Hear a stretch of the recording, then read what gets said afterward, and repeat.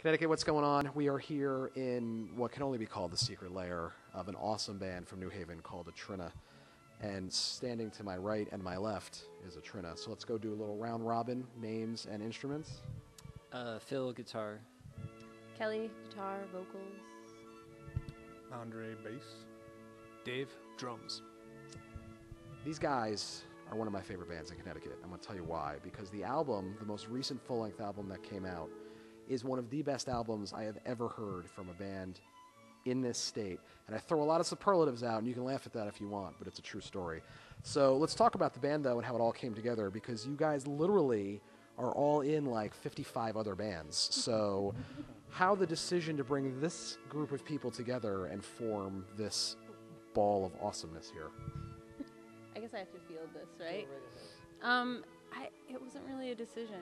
We started, I started the band back in with some Warren from the Vultures, also from Old Man Lady Luck, Will Iannuzzi, also from the Vultures, and plays with Baby G a lot.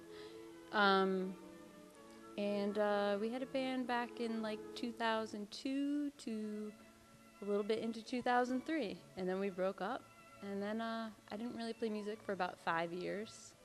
And then Will kind of encouraged me to get the band back together. So I did. And Dave stepped up for drums. Phil volunteered for guitar.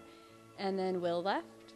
And Phil was like, this dude Andre is totally into it. And I'm like, all right, we'll try it out. And he came to one practice, and we've been like this ever since. All right, so the band that you guys, you mentioned some of the other bands you guys are all in, Old Man Lady Luck and Murder Van and M.T. Barrington and the Vultures. And so, but this band has a very unique sound, apart from all of those other bands, kind of dark, kind of ambient. So where does the sound then come from? Is it sort of an amalgamation of all of your influences, or are you pulling it from somewhere specifically?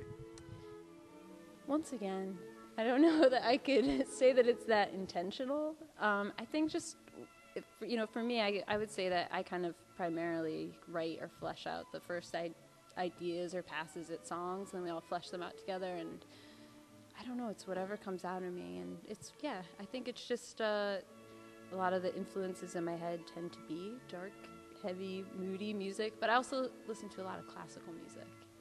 So I think some of the arcs of the songs and the mood of the song may come more from a classical point of view. With all the other projects you guys have going on, how much time are you able to devote to Atrina, and moving forward, where does it fit sort of in place with all of your other bands? I think there's a natural ebb and flow for each band. I would say, like, some bands get very active and other bands take a back seat, and I try to use that time productively when we're not meeting, but I do play in 2 other bands, so it's usually one of those is getting more active, and we have day jobs. So what we do with a very small amount of time.